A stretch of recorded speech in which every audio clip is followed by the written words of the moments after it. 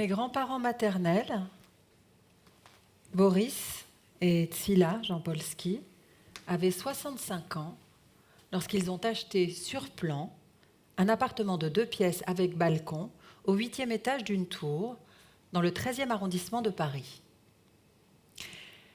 J'ai écrit leur adresse, 194 rue du Château des Rentiers, 75 013 Paris, sur des enveloppes et des cartes postales pendant près de 30 ans. Château, rentier. Pas une fois je ne me suis interrogée sur le sens, le poids que possédaient peut-être ces mots pour 2 juifs immigrés en France au début des années 30. Mon grand-père de remplacement, ancien communiste ayant connu les camps de prisonniers, ma grand-mère de sang, devenue veuve après la déportation et l'assassinat de son premier mari par les nazis, issus l'un comme l'autre d'un milieu populaire et n'ayant jamais perdu leur accent. Un château, ose-t-on seulement y rêver lorsqu'on a vécu l'exil et les privations? Rentier, n'est-ce pas le statut que l'on réprouve tout en l'enviant quand on a porté autrefois le petit foulard rouge des pionniers? Le hasard des noms de rues et un marché immobilier à la baisse ont fait de mes grands-parents les habitants d'un château qui n'était pas peuplé que de rentiers. Un château en béton plaqué pierre de taille avec des portes d'ascenseur orange, des dalles en pierre de Bourgogne industrielle, d'immenses miroirs dans lesquels je me suis vue grandir, d'interminables couloirs revêtus de moquettes, des portes en agneaux contrecollées imitation bois et de larges balcons pourvus de balustrades en fer. Pourquoi retourner en pensée dans cet immeuble et cette rue, dans ce quartier sans charme que je n'ai jamais pris plaisir à arpenter? Peut-être est-ce plus une histoire de temps que de géographie. Dans moins de 10 ans, j'aurai l'âge qu'avaient mes grands-parents quand ils sont devenus propriétaires du petit appartement de la rue du Château des Rentiers. Récemment, ma grand-mère Tsila est venue me rendre visite en rêve. Elle ne fait que passer. Elle ne me parle pas, ne semble pas avoir de message particulier à me délivrer. Elle se contente d'être là. Et je songe que ce n'est pas elle qui tente de se rapprocher de moi, mais plutôt moi, qui, sans m'en rendre compte, sans le vouloir, rien qu'en vieillissant, me rapproche d'elle. Je retourne au moment de notre première rencontre. Moi, bébé, aux grands yeux bleus. Elle, femme de petite taille, au squelette menu, aux traits fatigués par la maladie, aux yeux d'un bleu moins gris que les miens. Как красивая! Comme elle est belle. A-t-elle parlé russe ou français, penchée sur moi dans mon berceau ou au creux des bras de ma mère? Il est plus probable qu'elle n'ait rien dit, qu'elle ait simplement pensé vivante, toutes les deux, sa fille et la fille de sa fille. Soulagement, surprise, sidération. Je ne crois pas avoir été accueillie dans la joie. C'est sans doute ce qui a fait de moi un bébé, une enfant et une femme joyeuse. Il me semble que personne avant moi n'avait eu l'idée ou le loisir d'occuper ce terrain.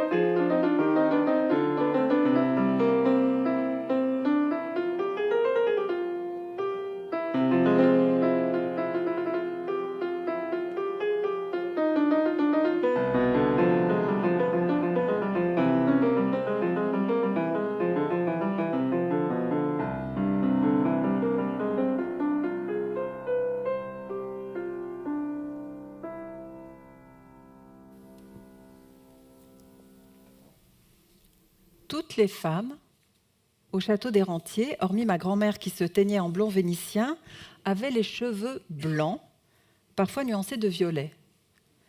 Elles portaient de l'astrakan et des perles à leurs cous si ridés qu'ils en étaient gaufrés. Des coups très doux, dont la peau, quand on la faisait glisser sur elle-même entre deux doigts, procurait une sensation enivrante, un bien-être fou. Personne n'était riche. Tout le monde avait souffert. Sur certains poignets, on lisait une série de chiffres tatoués. Je n'ai su que des années plus tard ce que cela signifiait. Dans le parler des habitants du château des Rentiers, la lettre U n'existait pas. C'était soit le I, soit le OU. Je me rappelle les longues séances au cours desquelles nous tentions de rééduquer ma grand-mère en lui faisant prononcer après nous « Non, mamie, pas biche, bûche !» Et elle « C'est ce que j'ai dit, biche !» Et elle montrait une bûche.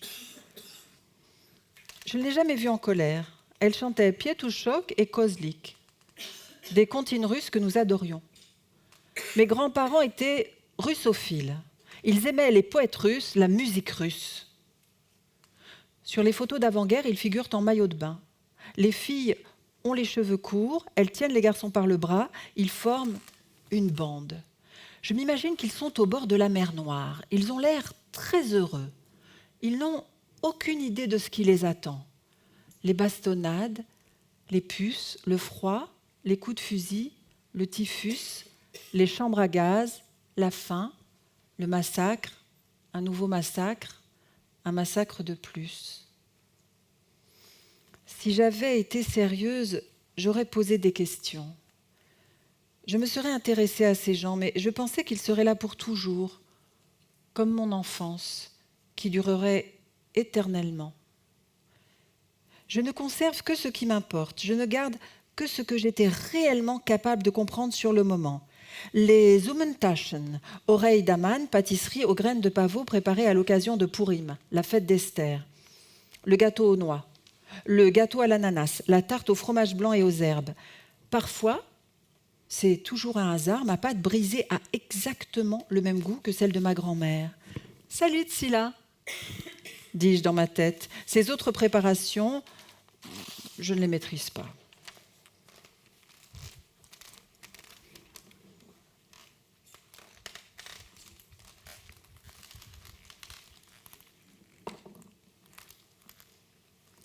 Un après-midi, alors que j'étais venue lui rendre visite dans son appartement, je lui ai demandé de me communiquer la recette du gâteau aux noix, mon préféré. Nous sommes installés dans la cuisine. Elle a sorti plusieurs petits saladiers, son batteur, dont le moteur chauffait vite, répandant une merveilleuse odeur de plastique brûlant. Puis elle a disposé les œufs, la farine, le sucre, l'huile, les noix, le cacao, la margarine. « Combien tu mets de farine ?» lui ai-je demandé. « Un pain » a-t-elle répondu. « Et combien de sucre ?»« Un pain. »« Comme la farine alors ?»« Non, pas comme la farine, un pain. » J'ai laissé tomber. Elle a ajouté l'huile, a bâti avec le batteur, elle a cuisiné dans sa cuisine, à sa façon, qui ne serait jamais la mienne, et j'ai accepté de perdre pour toujours la saveur de mon gâteau préféré. J'ai accepté l'idée que quand elle mourrait, le gâteau mourrait avec elle. J'en mangerais volontiers un morceau aujourd'hui. Mais il ne m'a pas manqué durant les 28 années qui se sont écoulées depuis la mort de ma grand-mère. J'en mangerai une part aujourd'hui avec grand plaisir parce que j'en parle. Parce que, comme je l'ai écrit, j'ai à présent l'âge que ma grand-mère avait quand nous nous sommes rencontrés pour la première fois. Je n'ai noté nulle part les paroles de Pietouchok, pas plus que celles de Kozlik. Je me rappelle la mélodie, quelques mots, des bribes. Gilles Billiou, non d'abord. Pietouchok, zолотой гребешок. Жил-был у бабушки серенький козлик. Вот как, серенький козлик. Бабушка козлика очень любила. Вот как очень любила.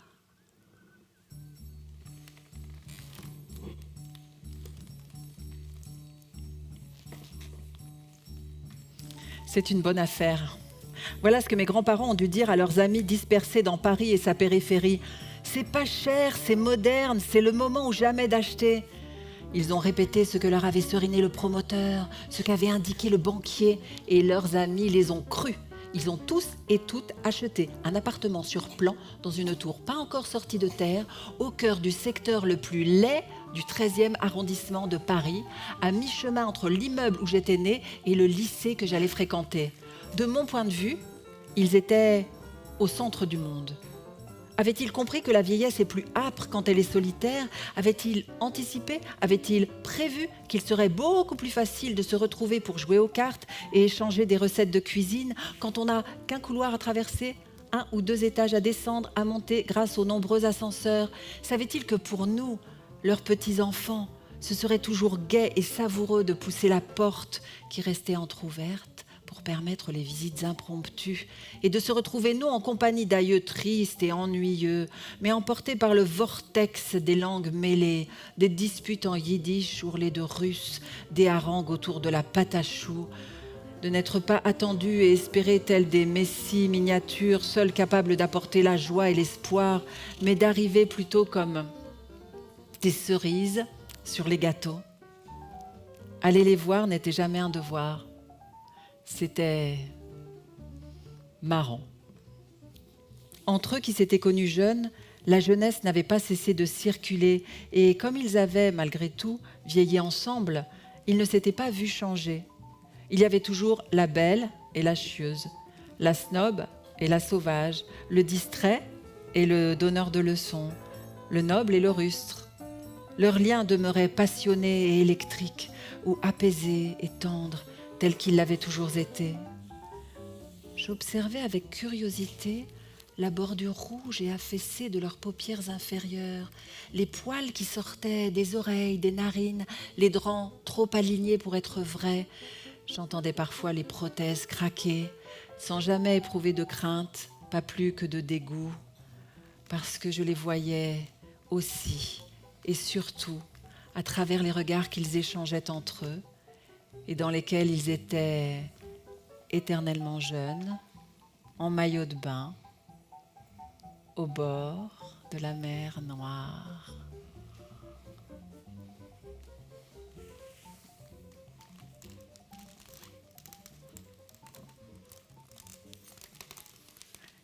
Ils venaient tous de la même région, la Bessarabie, que certains appellent la Moldavie, et que d'autres associent à la Bucovine. Ce sont en réalité 3 secteurs différents, dont les frontières, les langues et les régimes politiques ont si souvent varié que leur nom désigne davantage des moments de l'histoire que des lieux.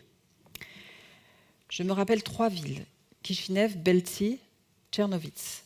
La dernière est aujourd'hui contenue dans les frontières de l'Ukraine. Quand j'étais enfant, je me croyais d'origine ukrainienne, sans doute à cause d'un ancêtre originaire de Tchernovitz. Mais Tsila était, je crois, né à Belzi. Ou bien était-ce Boris, mon grand-père? Qui était de Kishinev? Si l'on m'avait interrogée alors que j'avais une 30aine d'années, j'aurais eu moins de mal à répondre. Non parce que je perds la mémoire, mais parce qu'à l'époque, mon grand-père et ma mère étaient encore vivants et qu'il m'arrivait de les entendre évoquer ces lieux. Aujourd'hui que ces 2 voix se sont tues, les noms se mélangent.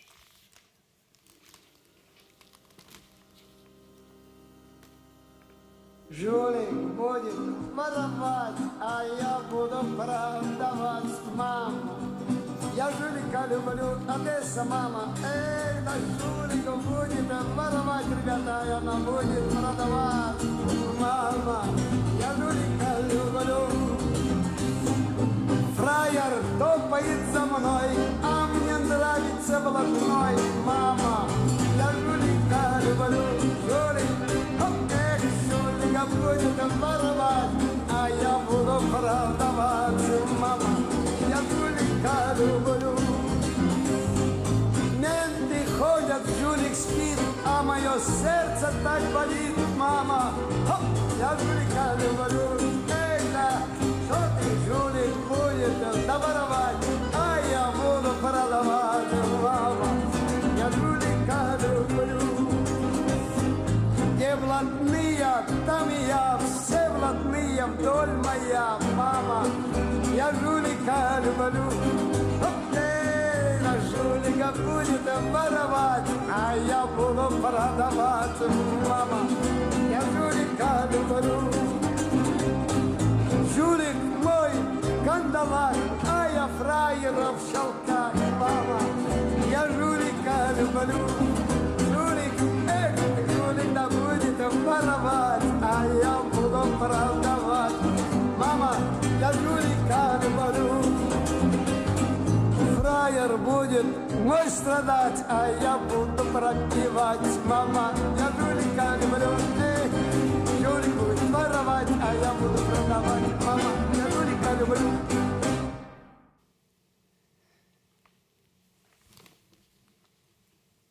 Il y a 2 mois, j'ai rêvé que j'obtenais une bourse pour me rendre en Moldavie. Je n'y allais pas seule. Quelqu'un était à mes côtés. Amis, traducteurs, assistants, nous prenions le train, nous prenions le car, nous rencontrions des habitants, nous tentions de retrouver les maisons et pour finir, nous descendions jusqu'à la mer Noire. La mer Noire, j'y suis allée il y a bien longtemps. Lors d'un séjour en Roumanie, j'ai contemplé les eaux bleues très foncées. Des souvenirs qui ne m'appartenaient pas m'ont envahi. Souvenirs de chaleur et de baignade, de quartiers de pastèques. Dans mon rêve, c'est une autre plage que je longe, celle où mes grands-parents se sont baignés. Je ne suis pas sûre qu'ils savaient nager. Je soupçonne mon attachement à la mer Noire d'être né d'une confusion avec le titre d'une chanson célèbre, « Les yeux noirs », dont j'ai toujours adoré la mélodie et plus particulièrement le moment où les paroles font « Как люблю я вас, как боюсь я вас », comme je vous aime, comme je vous crains, s'adressant à la fois aux yeux noirs si beaux et à la personne qui les possède. Dans mon rêve, j'enregistre des entretiens. Je prends des photos, je pleure sur une absence de tombe, j'erre dans la forêt à la recherche d'indices. Je crois découvrir une trace, une piste. Les noms correspondent, les dates aussi. Nous nous emballons, mon comparse et moi, nous éprouvons une euphorie difficile à contenir. Sur les photos, nous sourions trop. Sur les enregistrements, nous parlons exagérément fort. Je prends des notes, j'organise mes fiches. Je fais tout ce que les gens font dans les livres et les documentaires mémoriels. Je cherche, j'espère, et pour finir, je trouve que je ne trouve rien. Le rien devient le centre de ma quête. Je suis bouleversée par le néant, l'impossibilité de recueillir des témoignages. La piste était fausse, les traces s'effacent d'elles-mêmes.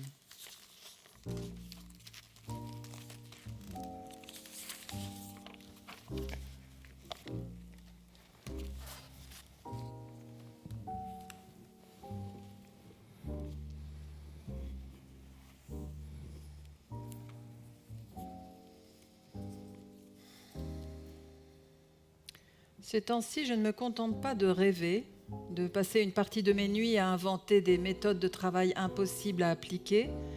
J'entre en conversation avec moi-même.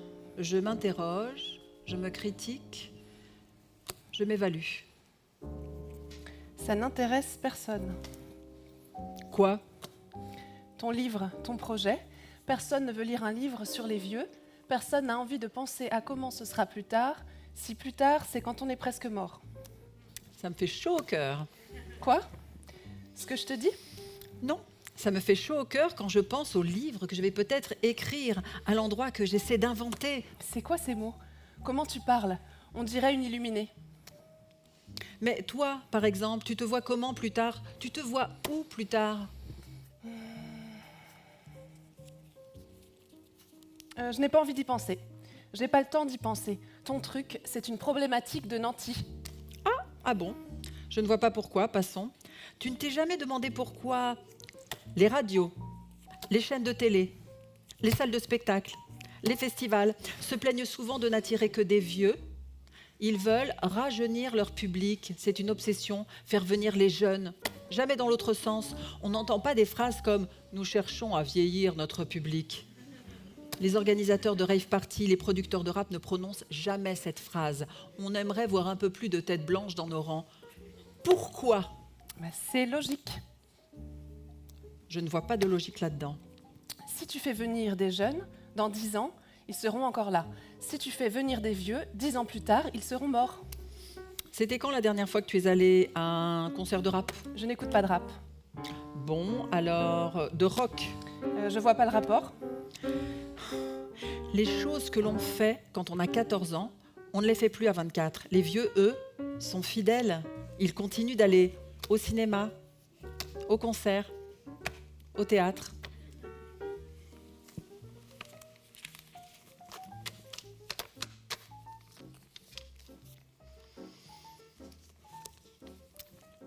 Hier, j'ai eu rendez-vous avec F, un ami architecte.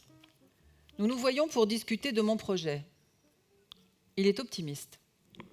D'après lui, je devrais toucher d'importantes subventions. Je lui demande si cela ne le dérange pas de perdre du temps sur cette histoire sans savoir s'il va être payé. « Non, dit-il, j'ai toujours estimé qu'il devait y avoir une partie de bénévolat dans une vie juste. » Je le regarde avec tant d'admiration qu'il en est gêné. Non, je déconne. Je pense sincèrement que c'est une très belle idée et que tu vas obtenir plein de pognon. En plus, il faudra bien que je mette mes parents quelque part. Il rit. Il ignore que cela le concerne directement. Pour ses parents, c'est déjà un peu tard. Il lui faudra trouver une autre solution. Je sors de mon sac les dessins que j'ai faits. Je lui parle du château des Rentiers, des promenades en chaussons d'un appartement à l'autre, des visites pour rendre les graines de pavot qu'on a empruntées la veille, des verres ouvragés pleins de thé brûlant posés sur le formica jaune de la table de cuisine, des parties de cartes dans le salon changé en tripot. Je suis étonnée de l'attention qu'il porte à mes propos. Il écoute avec une extrême concentration, prend des notes. La cour centrale, ça ne fonctionne pas, dit-il. C'est le contraire de ce qu'il faut. Une cour, c'est synonyme de vent. On n'y est abrité ni du froid ni de la pluie. Les vieux ne se rendront jamais visite en chaussons s'ils doivent traverser un espace à découvert. Il leur faut des coursives, des endroits protégés que l'on peut arpenter à pied sec. Dans l'immeuble de tes grands-parents, il y avait des ascenseurs et de la moquette. C'était moche, mais c'était confortable. Changer de chaussures pour les gens âgés, c'est une épreuve. S'ils commencent la journée en savate, ils n'ont pas envie d'enfiler des bottes ou des baskets. Je me demande comment F a développé pareille science du troisième âge. On peut prendre modèle sur les monastères, poursuit-il. Les espaces sont reliés entre eux par des galeries et des cloîtres. Il faut qu'il y ait des recoins. C'est très important, les recoins, dans la lutte contre l'ennui. Qu'est-ce qui t'arrive? Pourquoi tu cries? Je viens de croiser mon reflet dans l'écran de l'ordinateur en veille. Ton reflet ou mon reflet? Très drôle. Et alors? Comment j'ai pu devenir comme ça? Regarde, mes yeux et ma bouche. Tu as vu ma bouche? Arrête. Quoi? Arrête de te dévaloriser. Les gens vont se mettre à te regarder autrement, à voir tes défauts. Et si ça se trouve, ils n'avaient pas remarqué. Quand j'étais plus jeune, je ne comprenais pas pourquoi les gens détestaient vieillir. Je pensais à la fois que je serais une vieille magnifique et que je ne vieillirais jamais. C'est quoi le pire pour toi dans le fait de vieillir? La douleur, le mouvement entravé, la fin de la souplesse, la laideur. J'ai honte de tout, de mes cheveux, de mon visage, de mes mains, de mes pieds, je ne parle pas du reste. C'est comme si je polluais l'espace visuel collectif. Cela me rend malade de timidité. Je ne sais pas comment m'habiller, comment m'asseoir, me relever. J'ai l'impression de m'être endormie dans un corps et de m'être réveillée dans un autre. Et c'est arrivé d'un coup. J'ai tourné la tête pour observer une araignée qui tissait sa toile entre le mur et le plafond. Et quand j'ai regardé de nouveau dans le miroir, j'étais devenue comme ça, comme je suis. Ça t'a fait la même chose quand tu as eu 12 ans. Au moins, dans mon phalanstère, on sera tous vieux. On n'y verra plus très bien. Il faudra instaurer des journées sans lunettes. Nous nous regarderons les uns les autres avec plaisir et amour, parce que nous serons flous.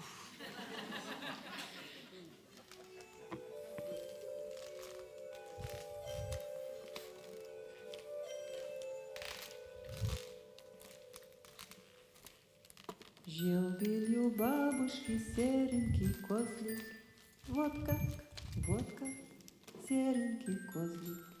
Бабушка козлика очень любила, вот как, очень любила.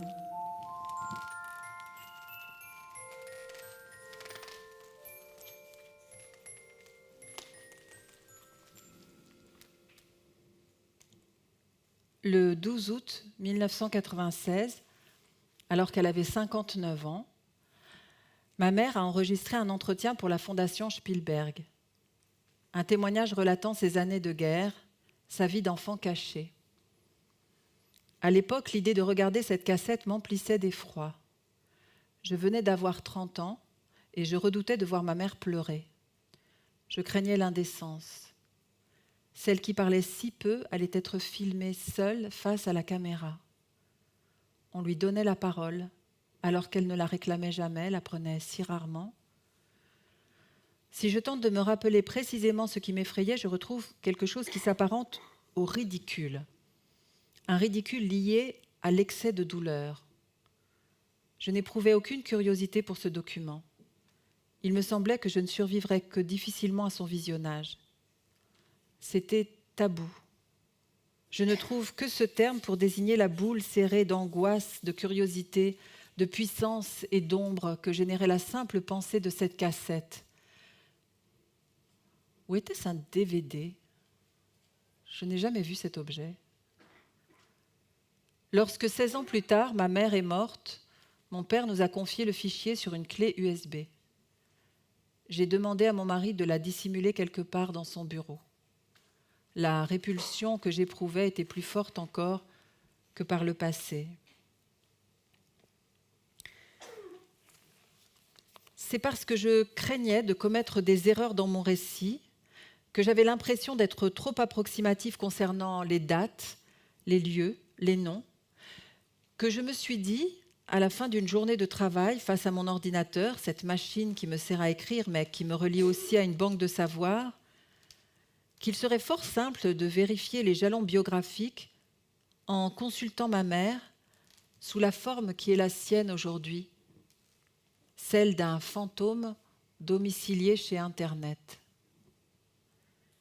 Je me suis alors surprise à me rendre sur le site de la Fondation Spielberg dans le but d'obtenir une copie du témoignage qui, depuis 26 ans, suscitait ma hantise. Cela n'a pas fonctionné immédiatement. On était fin décembre et la fondation était fermée pour les fêtes. J'ai attendu début janvier sans plus de hâte que d'anxiété. Une première tentative a échoué pour un motif courant chez les personnes de plus de 45 ans. Mot de passe erroné. Quand ce genre d'incident survient, c'est-à-dire souvent, je suis accablée. Je maudis la modernité, je maudis ma mémoire, ma désorganisation, l'univers sécuritaire. Pas cette fois. J'ai repris calmement ma recherche. J'ai entré un nouvel identifiant, défini un nouveau mot de passe et le visage de ma mère est apparu sur mon écran.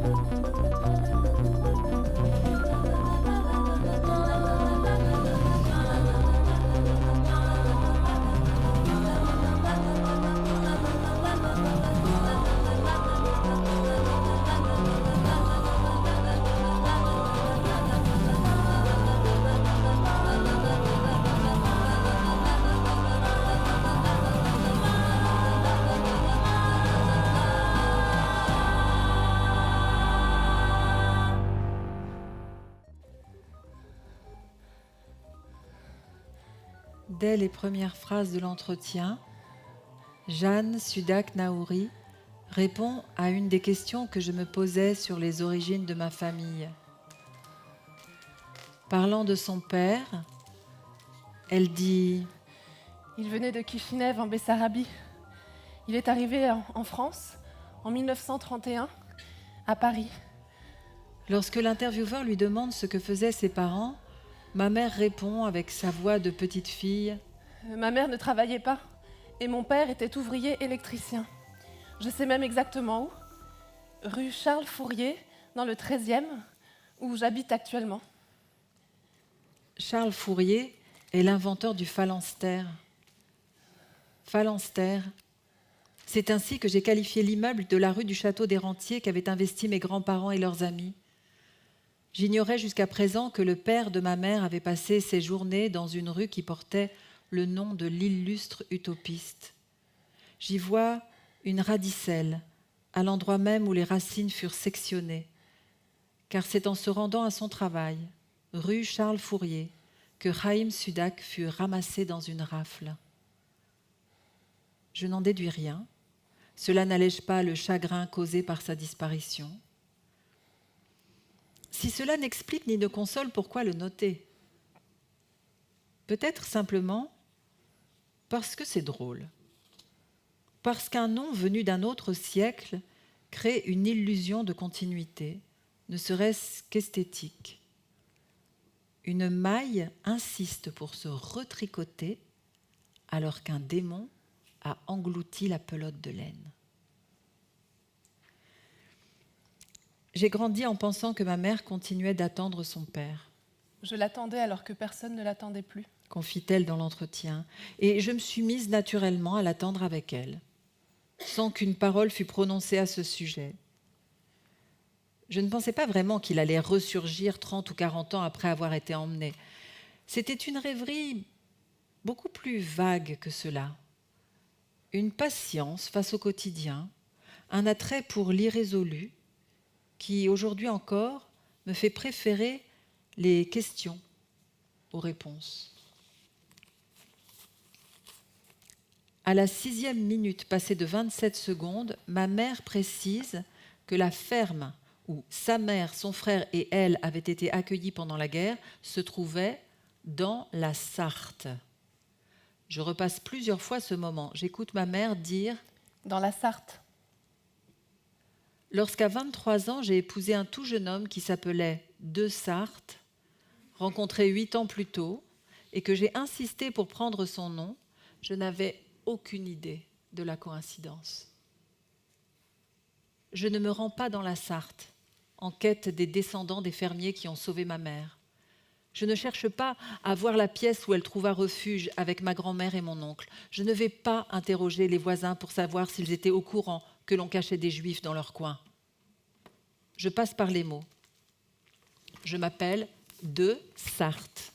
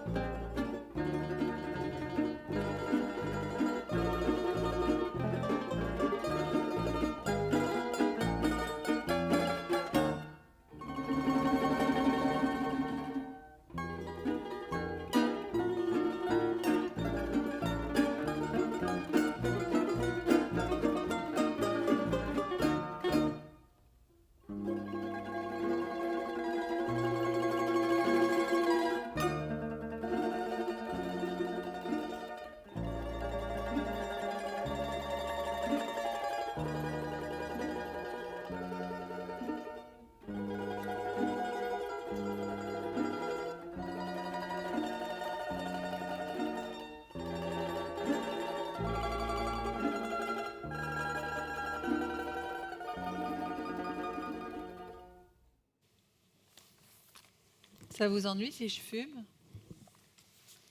La banquière ouvre une meurtrière derrière son bureau et allume une vogue extra fine sans attendre ma réponse. « Vous n'avez pas peur ?»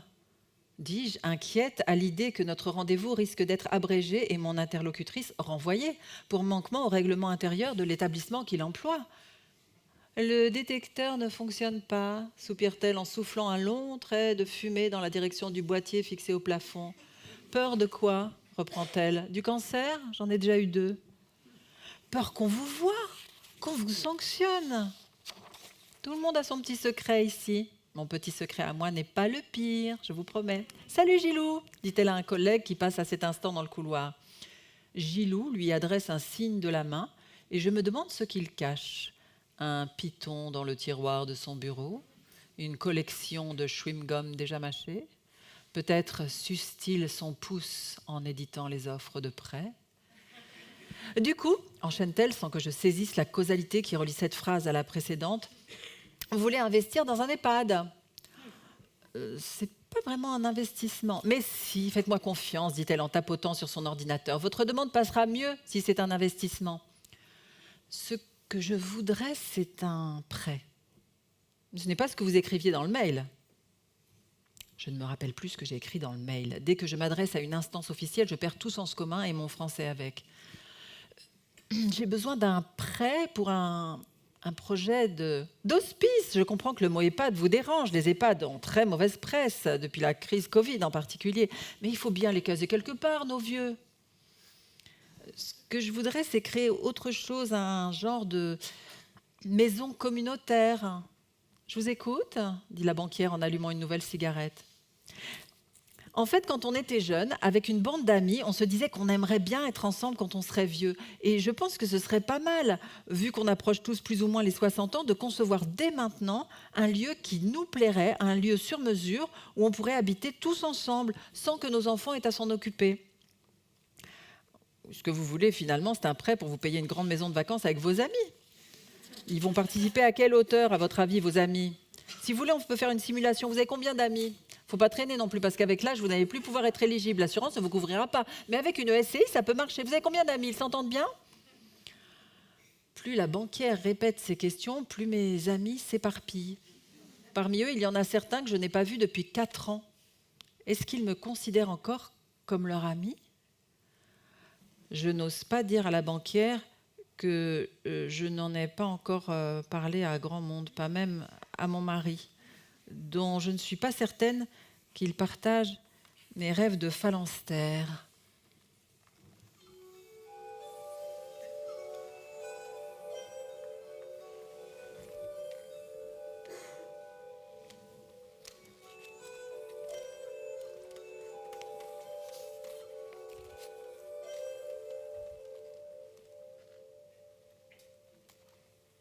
Tu as fait une erreur.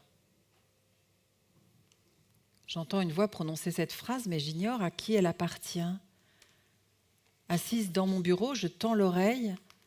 Vient-elle de l'intérieur ? Il me semble que non. Ce n'est pas une erreur grave, poursuit la voix. Tout le monde la commet.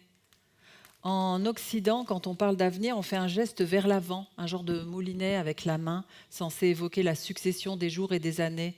Alors que quand on évoque le passé, on indique un point derrière soi, comme si on désignait un espace situé entre nos omoplates. Sais-tu que dans certaines civilisations, c'est le contraire ? Lorsque l'on parle de l'avenir, on désigne ce qu'il y a en arrière. Et si on pense au passé, à l'inverse, on a les mains, les doigts qui pointent vers l'avant. Pourquoi, selon toi ?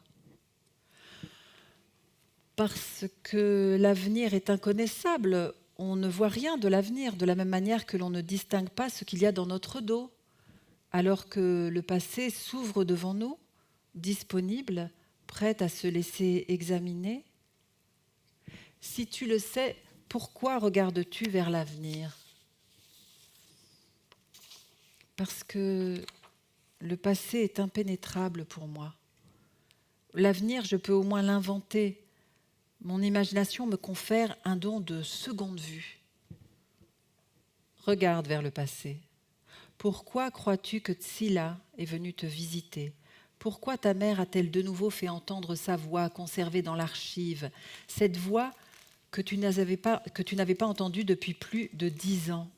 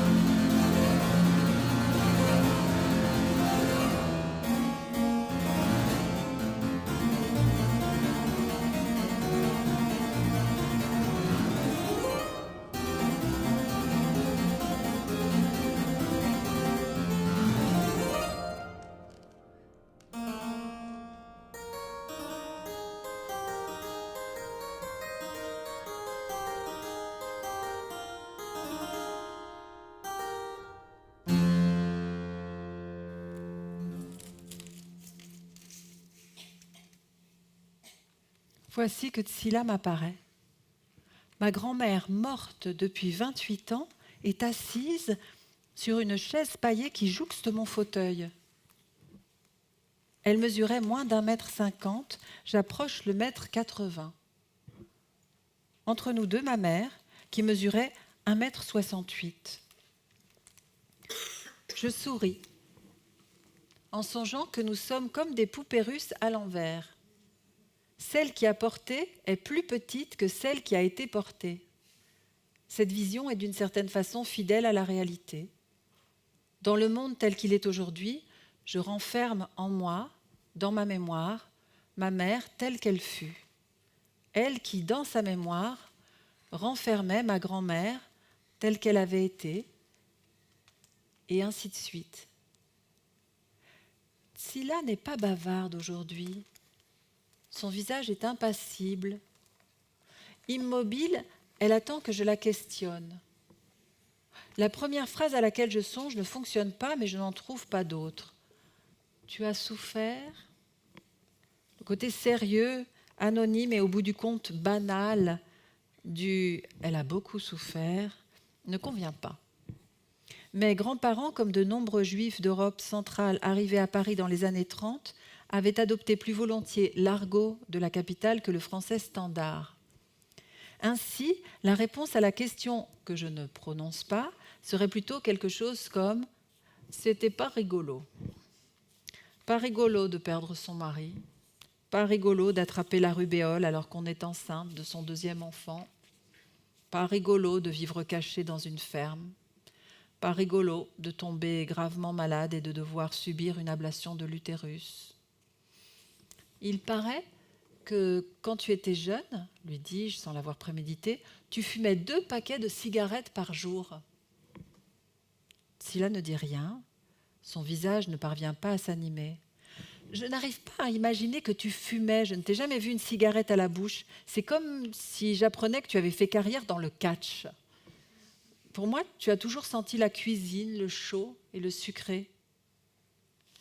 Elle demeure impassible.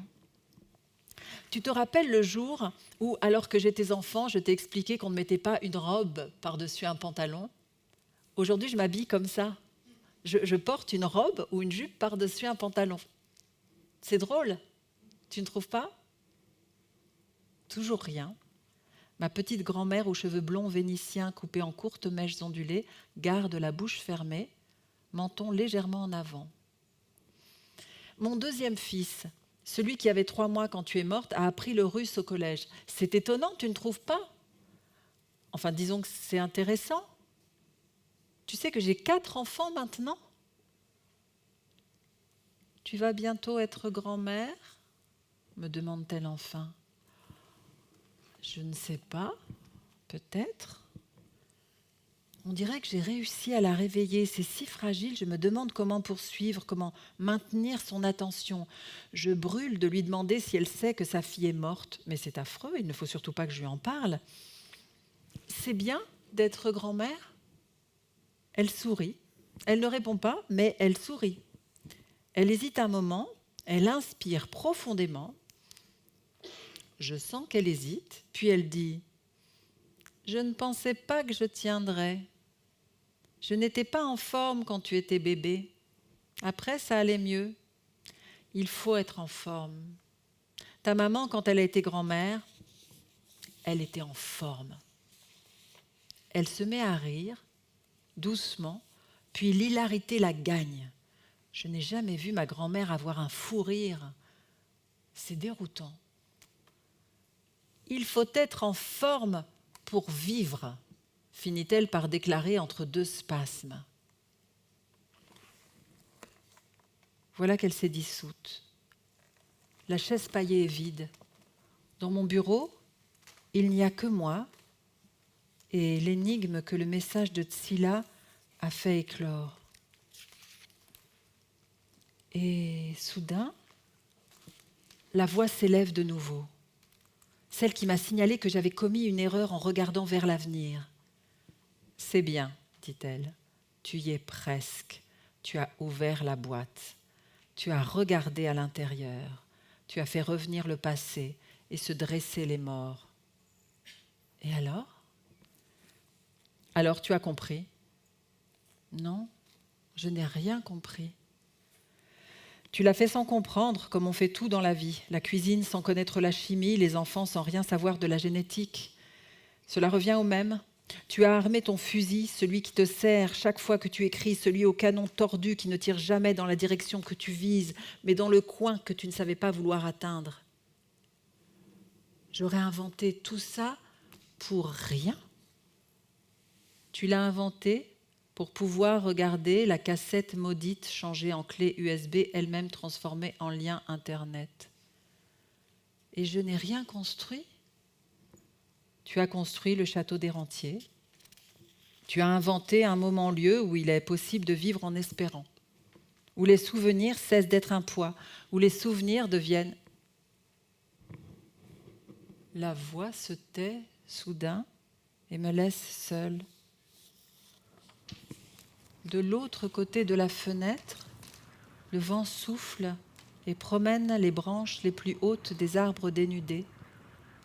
C'est le seul son que j'entende à présent, sans compter celui que produisent mes doigts sur les touches du clavier. Le jardin est dépouillé par l'hiver, rameaux sombres, feuilles mortes rousses, herbes mêlées de boue, ciel blanc. À travers les carreaux, j'aperçois mon grand-père, le remplaçant, en culotte courte, ses sœurs, sa mère en jupe longue. Il y a aussi ma grand-mère, bras dessus, bras dessous, avec les gars et les filles de sa bande, au bord de la mer Noire. Mon grand-père de sang, disparu 24 ans avant ma naissance, demeure hésitant au pied du hêtre géant qui borde le terrain. Soudain, les primes verts sortent de terre, suivis de près par les jonquilles. Les boutons de rose se forment et éclosent. Pétales blancs, pétales roses, pétales blancs et roses. Les orties perdent leurs fleurs et voient pousser leurs poils. Les poules picorent, picorent, picorent. Mon jardin contient toutes les saisons, celles qui ont fui et celles à venir. La phrase interrompue se termine d'elle-même, où les souvenirs deviennent une rente. Et je comprends. Les souvenirs sont à présent ma rente. Je vis autant du présent que je me nourris du passé. Les années s'amenuisent, qu'importe.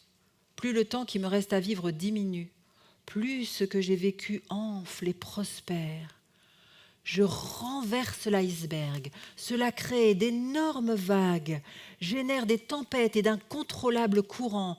Je me concentre, il faut beaucoup de force pour concevoir ce nouvel objet qui se tient sur la pointe et prend des allures de diamant, des allures de château de glace sur un piton rocheux.